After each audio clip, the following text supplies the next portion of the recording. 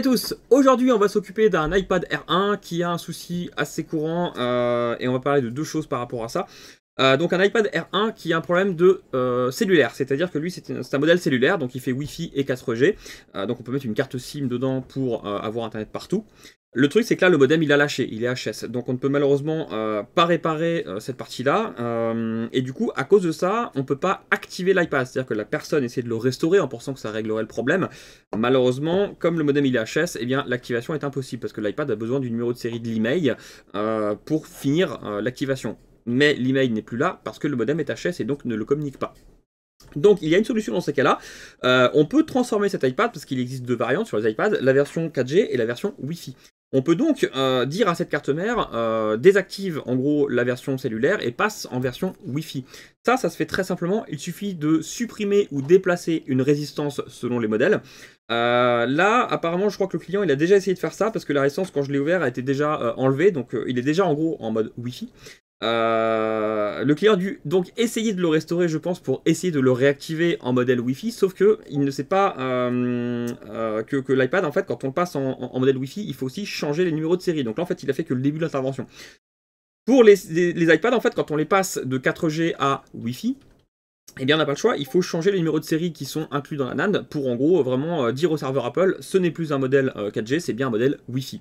Donc là, il n'y a que la moitié qui a été fait, j'ai envie de dire, la plus facile, parce que supprimer ou déplacer une résistance, c'est vraiment pas compliqué. Par contre, là, il va falloir que je retire la mémoire, la NAND, pour écrire dessus, parce que ces modèles-là ne sont pas supportés par le Purple Mode. On peut pas le faire en branchant avec le câble classique, on est obligé de le faire manuellement, donc dessouder la mémoire, la mettre dans le programmeur, remettre les numéros de série qu'on achète sur les serveurs, et ressouder le tout.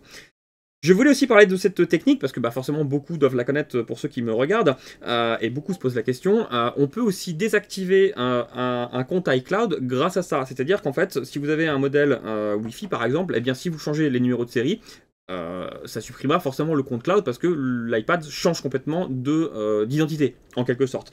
Donc ça peut des fois servir pour des modèles qui sont pas tout jeunes, et du coup débloquer le compte cloud quand c'est des comptes qui ont été oubliés ou perdus ou quoi que ce soit. C'est quelque chose qui est vraiment répandu, c'est très connu. Bon là c'est vraiment une réparation pure et dure, mais ça nous est déjà arrivé d'en débloquer des fois sur des modèles anciens. Ça marche aussi sur les modèles récents bien sûr. Le truc c'est qu'à chaque fois il faut décoller l'écran, et sur les modèles récents il ne faut pas se rater quand on ouvre la machine, parce que si on casse l'écran forcément ça coûte extrêmement cher. Donc je vous passe sous le microscope et puis on va parler de tout ça, c'est parti.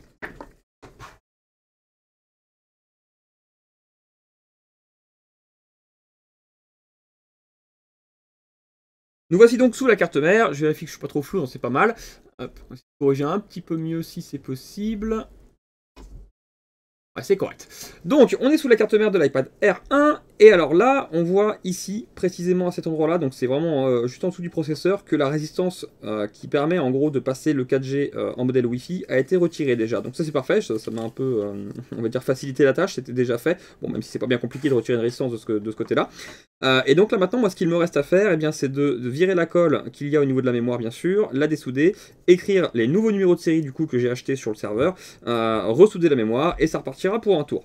Voilà, donc c'est vraiment très très simple dans le principe. Après, bien sûr, il faut faire très attention de ne pas abîmer la carte mère quand on dessout la mémoire, donc ne pas retirer des composants. Il faut faire attention de ne pas casser l'écran bien sûr quand on ouvre l'iPad. Bref, toutes ces petites choses là. Mais sinon dans le principe, c'est relativement simple, hein. C'est l'avantage des iPads, c'est que comme il y a les versions Wi-Fi, eh bien on peut du coup faire un peu ce qu'on veut. C'est pas comme les iPhones où il y a un email et là forcément la vérification sur les serveurs se fait via l'email. Là on a vraiment que le Wi-Fi, donc que la mémoire qui fait la vérification, et du coup c'est beaucoup plus simple de régler certains soucis comme ça en cas de problème ou en cas de compte bloqué sur cloud. Alors c'est parti, je vire la mémoire et ensuite je passe sur le programmeur. On y va.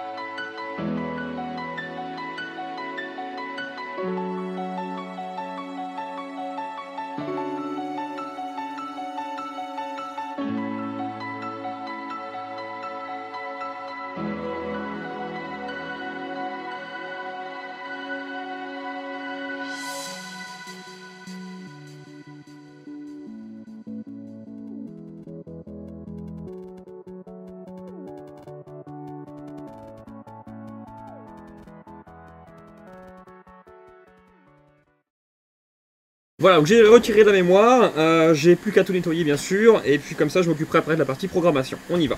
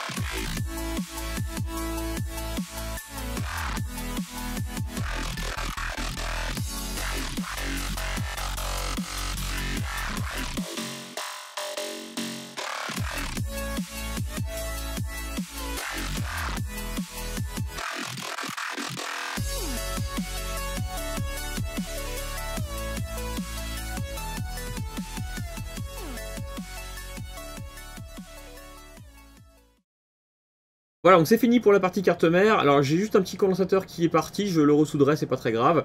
Je vais donc maintenant m'occuper de la partie mémoire, donc je vais la nettoyer, la programmer, la ressouder et on pourra faire un essai. On y va.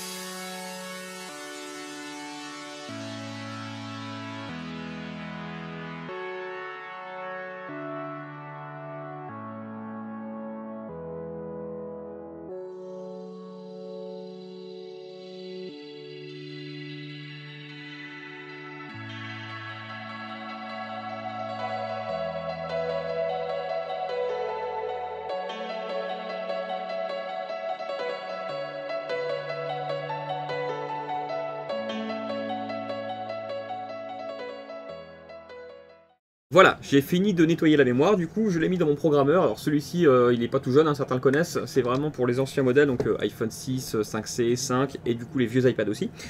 Donc là il m'a mis du coup les numéros de série, alors vous verrez pas forcément bien à l'écran, mais bref j'ai les numéros de série qui sont en haut, donc actuels. Et là je vais écrire les numéros de série du coup que moi j'ai eu via le serveur. Je vais donc remplacer en gros les numéros de série existants par des numéros de série d'un modèle Wi-Fi. Et donc je pourrais réécrire, remettre la mémoire, reformater l'iPad, donc le restaurer. Et normalement pour l'activer et donc s'en servir comme un iPad Wi-Fi. C'est parti. Voilà, j'ai donc fini d'écrire les numéros de série. Bon là je pouvais pas vraiment vous montrer parce qu'il n'y a rien de très intéressant, hein. J'ai tapé sur des petites touches. Je remets la mémoire du coup qui en gros est la même, hein, mais qui a des nouveaux numéros de série. Je vais la rebiller donc, quelque chose de très classique. Et puis on pourra la replacer sur la carte mère, si j'arrive à placer mon stencil convenablement. Voilà, hop. Donc il n'y a vraiment pas de complications. Le plus long en fait c'est vraiment d'ouvrir l'iPad, de dessouder la mémoire. Le reste c'est pas franchement spécialement compliqué on va dire, hein. Donc rien de vraiment horrible à faire. Bon après il faut quand même le matériel et l'habitude bien sûr, hein. La colle sur les iPads est beaucoup plus résistante, c'est beaucoup plus dur à retirer que sur un iPhone. Elle n'est pas molle quand on la chauffe, elle reste très dure. Du coup c'est vite embêtant on va dire quand on n'est pas habitué parce qu'on risque de rayer la carte mère, d'arracher des choses etc. Donc il n'y a que ça on va dire comme complication supplémentaire par rapport à un iPhone. Sinon, dans le principe, c'est vraiment similaire, hein. Alors, je prends hop, une brosselle pour bien maintenir mon stencil. On va rebiller tout ça. Et on pourra la reposer.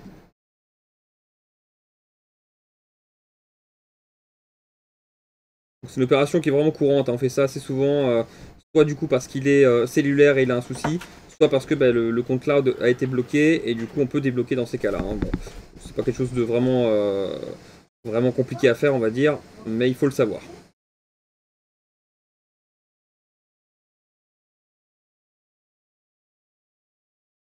Voilà, c'est tout bon.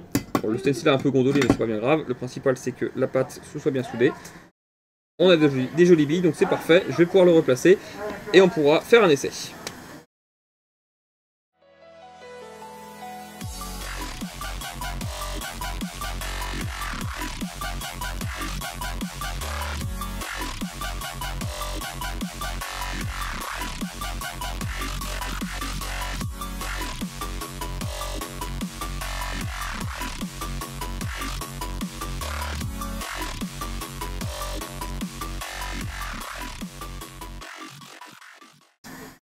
Voilà, j'ai fini de mettre la mémoire, donc là pour l'instant j'ai pas remis le condensateur, c'est pas grave, je vais juste faire un essai, restaurer l'iPad pour voir si tout est ok, si ça fonctionne, et si c'est ok, dans ce cas là je remets tout en place, et on n'en parle plus, on remonte le tout, et ça fonctionnera si tout se passe bien. On y va.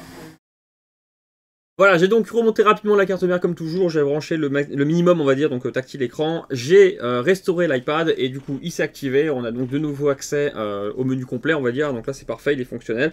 Et c'est donc aujourd'hui un iPad classique Wi-Fi, du coup c'est plus un iPad cellulaire comme ça l'était du coup auparavant, donc on a toujours évidemment sur la carte mère tous les composants pour le cellulaire, mais en tout cas le système lui comprend que c'est un iPad Wi-Fi et du coup là on a pu le réactiver. Donc ça permet de sauver un appareil on va dire quand la partie cellulaire est en panne et que quand on le restaure, on ne peut plus activer sur l'iPad ou sur iTunes. C'est vrai que c'est très embêtant dans ces cas-là, donc ça permet vraiment de sauver l'appareil, la machine. Alors même si on peut plus servir de la carte SIM, au moins on a un iPad qui fonctionne, donc ça sauve au moins ça.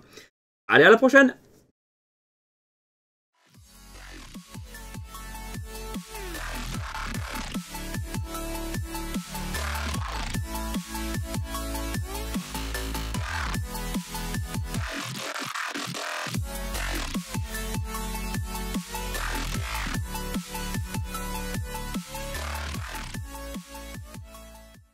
Si vous souhaitez faire réparer votre matériel, n'hésitez pas à cliquer sur un des liens en dessous de chaque vidéo YouTube. Vous avez notre site internet afin de cliquer sur le lien réparation et de remplir le formulaire pour envoyer votre appareil. Vous avez aussi tous les tarifs qui sont accessibles sur notre site.